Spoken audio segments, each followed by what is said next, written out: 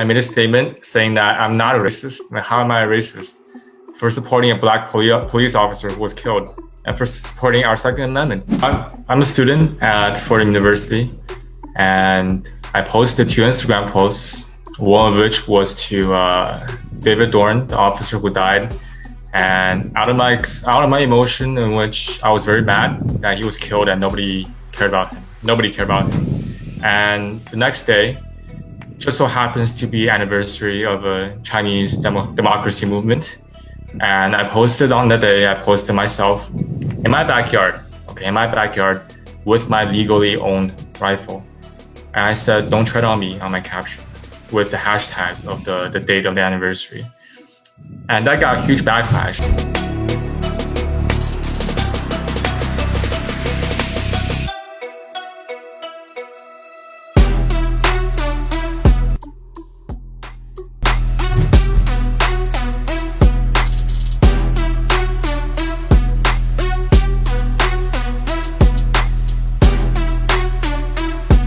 And what happened was the bad people told the school, they reported me.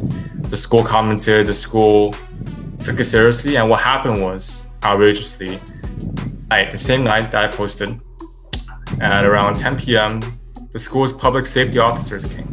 Fordham Public Safety. They came to my house and they called me. They said, we're outside your house, like they're FBI. And then I was so shocked. Our family was so shocked. We didn't know what to do. But we don't think like criminals. We did nothing wrong. So we didn't assume that something bad's gonna happen. So we let them in, to be nice, we let them in. And the officer was nice, but they questioned me on a lot of things. Why did I buy the gun? Where did I buy the gun? Why did I post? Those things like interrogation. That's why I said in the article in the Campus Reform, I said, Soviet-like interrogation. And what's more disappointing than that is after they left, he called me, the public safety officer, he called me and he said, "Austin, if you delete the pictures, then we'll let this go and nothing will happen. We'll put all of this behind us." And I have to say something, which is the school charged me afterward for these things, which is one of the crimes is intimidation and threats. And as I'm talking about the public safety, they told me, and they represent the university, they told me that I'm not a threat, I'm not dangerous, and they said that in the name of the university, and they told me to delete the posts in the name of the university, not personal level. And what happened was, I thought I deleted it. I didn't delete it. I put it down on private, and I thought things were gonna be okay. I thought it was over. I put it down because, I'm just a student.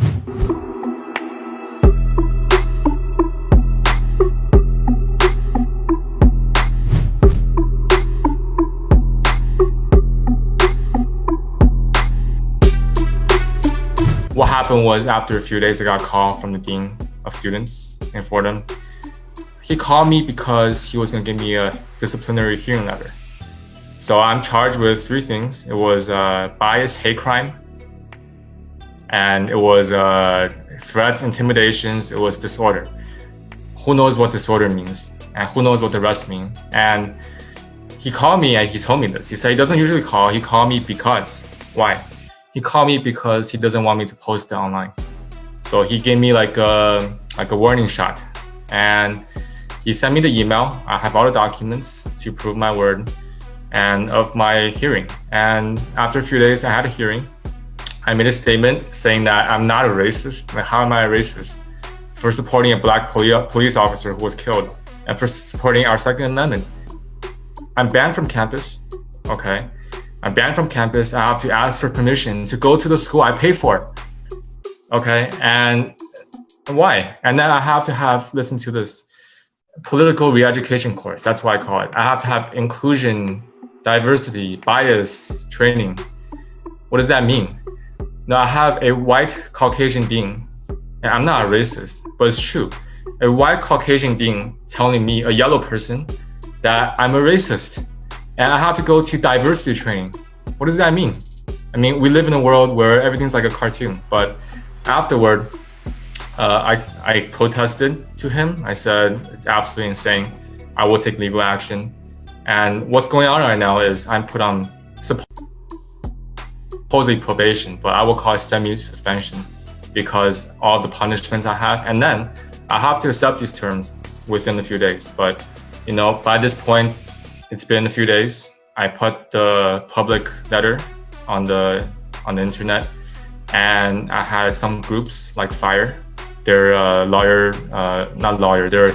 a campus rights group, and they emailed the school. Campus Reform emailed the school. There's no response from them.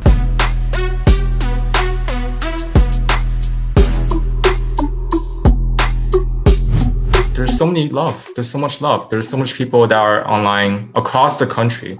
People who are close to me, people like you, people everywhere are telling me that what happened was wrong. And I feel empowered to make this case for the country, to make this case for people say the silent majority. And I don't say that just by Republicans or conservatives. I'm saying that for everyone, whether you're what party, what belief, what sex, what race, what country you're from.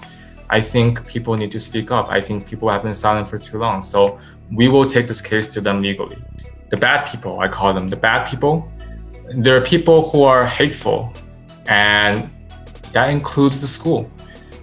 And I told the school, their decision is what's wrong with this country. You can't speak anymore. And I think these people are it's two things or three things. They're either evil, okay, or they're not very smart, or they're too sensitive. So the Constitution does not protect feelings. The Constitution guarantees our rights and guarantees this country stays as its name. It's called America.